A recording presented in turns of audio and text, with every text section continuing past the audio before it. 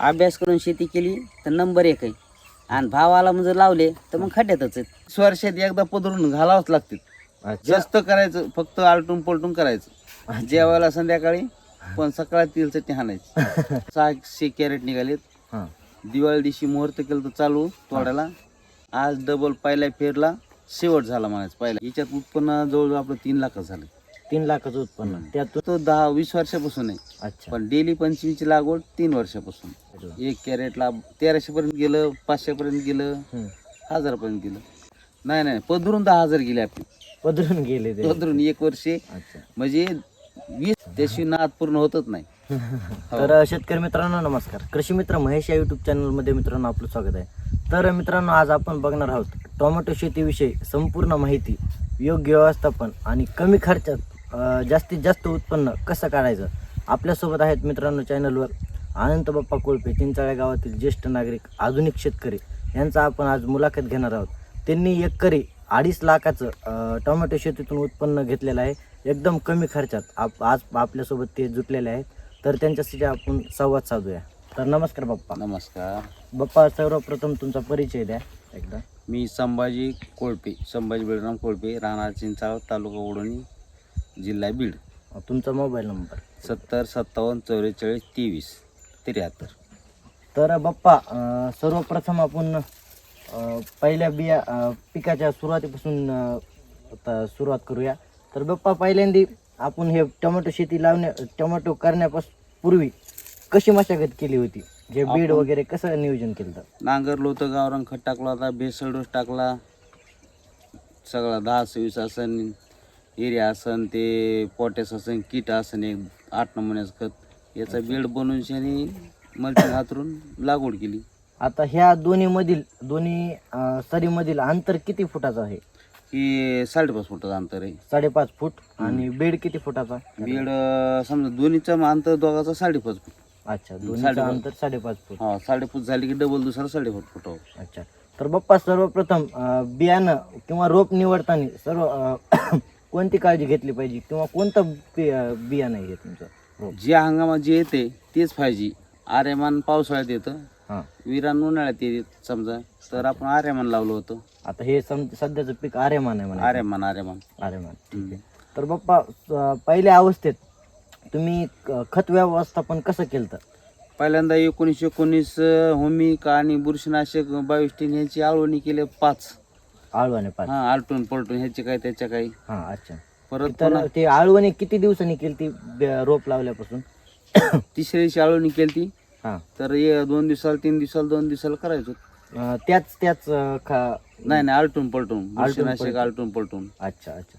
तर बाप्पा, रोप ज्या वेळेस 15 ते 20 दिवसाचा असेल त्यावेळेस त्याच्या वाढीसाठी काय उपाययोजना केली आपण? 1919 खत, होमिक, विद्राव्य खताचा वापर जास्त केला, मिलाज, लार्ज. अच्छा.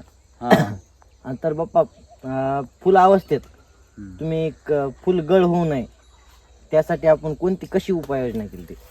जे फुलं गळत नाहीत, जे औषध आहे ती औषधं टॉनिक वापरली, त्याच्यामुळे फुल गळालं नाही.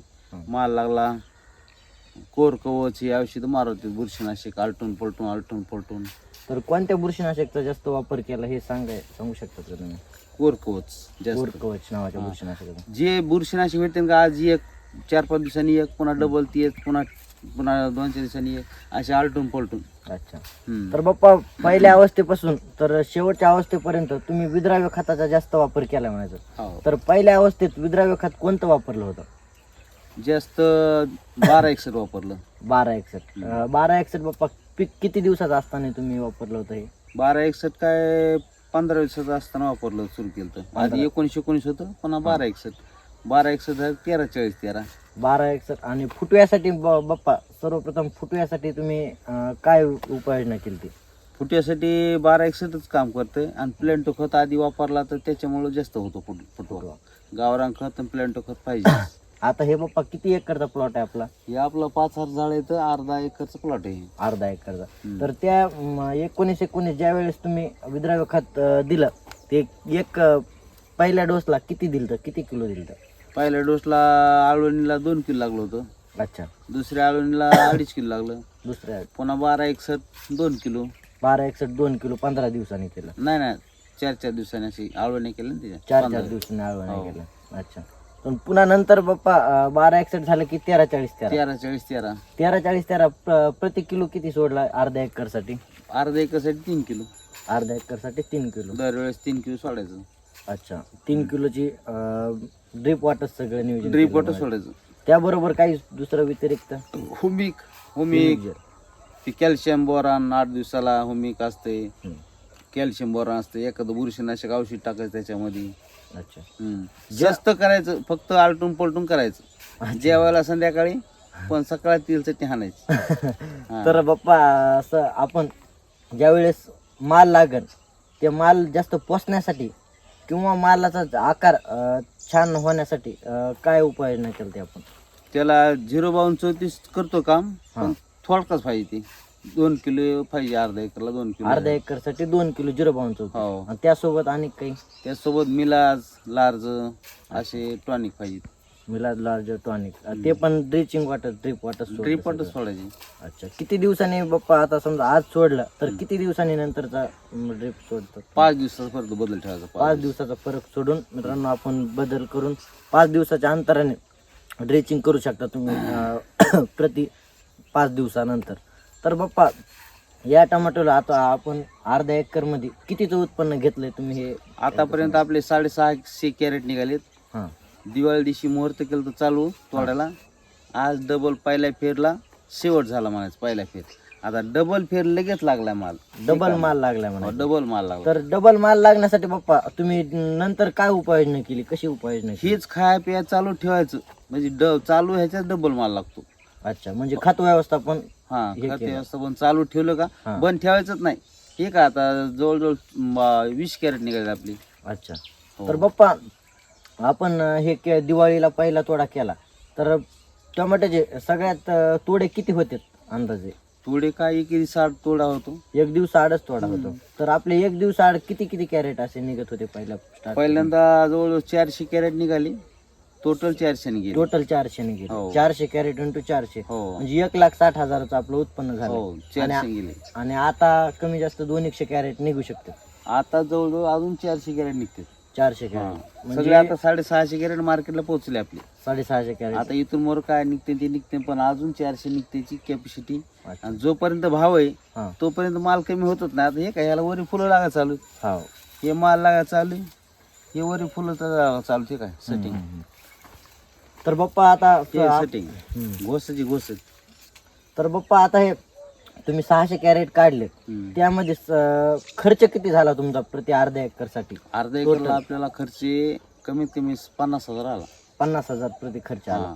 तर लागवडीपासून ते तोडणीपर्यंत 50,000 रुपये खर्च आला 50,000 आतापर्यंत. खर्च. हो. हा. तर 2.5 लाखाचं कमी जास्त उत्पन्न झालं असेल. 2-2.5 लाखाचं. याच्यात उत्पन्न जवळजवळ आपलं 3 लाख झालं. 3 लाखाचं उत्पन्न. त्यातून या वर्षी भाव चांगला आहे आणि 3 वर्ष झाला होतो पंचमीलाच. अच्छा.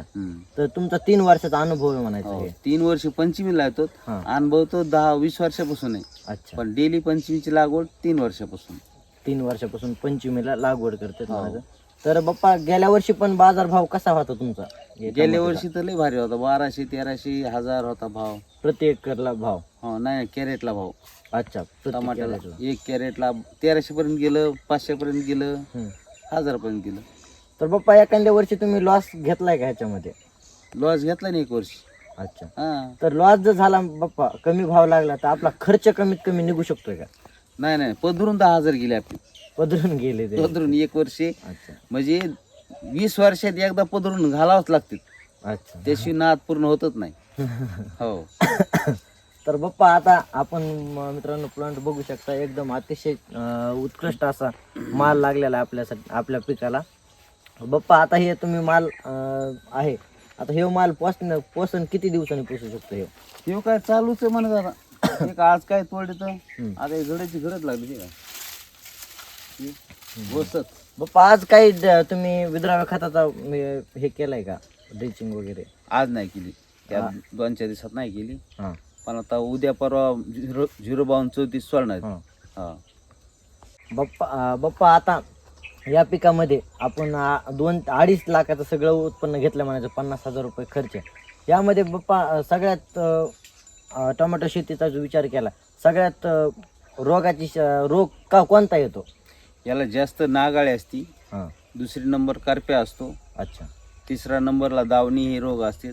अच्छा. रोगाचा आपल्याला अभ्यास करायला पाहिजे, आता काय पडणार आहे काय नाही, हम्म. आणि पडायच्या आधी आपलं फवारणी चालू ठेवा पाहिजे. तर बाप्पा हे नागाळीवर आपण कशा प्रकारे उपाययोजना करता तुम्ही? हे दमन 47, हां. आबाशीन ही औषधं मारली कंट्रोल होती. आणि हे बाप्पा करप्यावर जर विचार केला तर? करप्याला नेटिव्ह, बुरशीनाशक औषधं, कोर कवच हे आलटून पलटून मारायचे, हां. कंट्रोल होते. नाही मारलं तर मग नाही मग. तर बाप्पा करप्यावर अशा प्रकारे तुम्ही उपाययोजना करता म्हणायचं. हा, तर बाप्पा आपण नागाळीचा जर विचार केला तर त्याने खाल्ल्यास काय टमाटोला अपकार होऊ शकतोय का? नागाळीने तुट्टा पाकोळी तयार होती. हां. तुट्टा पाकोळी झाली की सगळा फड खलास कर. अच्छा. 8 दिवसात फडाला येडा झाला पाहिजे, सगळी किडकीच झाली पाहिजे. त्यामुळे त्याच्या उपाययोजना करणं त्याच्यावर खूप उपाय गरजेचं लवकर लवकर फवारण्या करायचा आलटून पलटून. आहे. अच्छा बाप्पा, जर नवीन कुणी टोमॅटो शेतीचा जर विचार केला करायचा असेल कुणाला तर त्यांच्यासाठी तुम्ही काय सांगणार? त्यांच्यासाठी शेती एकच आहे, अभ्यास करून शेती केली तर नंबर 1 आहे, आणि भावाला म्हणजे लावले तर मग खड्ड्यातच आहेत. खरं काय. मित्रांनो, अशा प्रकारे आपल्याला बाप्पाने खूप महत्त्वाची माहिती दिलेली आहे. तर बाप्पा तुमचं धन्यवाद. मित्रांनो, चॅनलवर जर नवीन असाल तर चॅनलला सबस्क्राईब नक्की करा, आणि व्हिडिओ जर आवडला तर व्हिडिओला लाईक करा आणि शेअर करा. आपल्या टोमॅटो ज्या शेतकऱ्याला करायचं आहे त्यांच्यासाठी अशी उपयुक्त अशी माहिती दिलेली आहे आपल्या आनंद बाप्पा कोळपेने. बाप्पा धन्यवाद तुमचं. धन्यवाद. भेटूया मित्रांनो पुढच्या व्हिडिओमध्ये. धन्यवाद.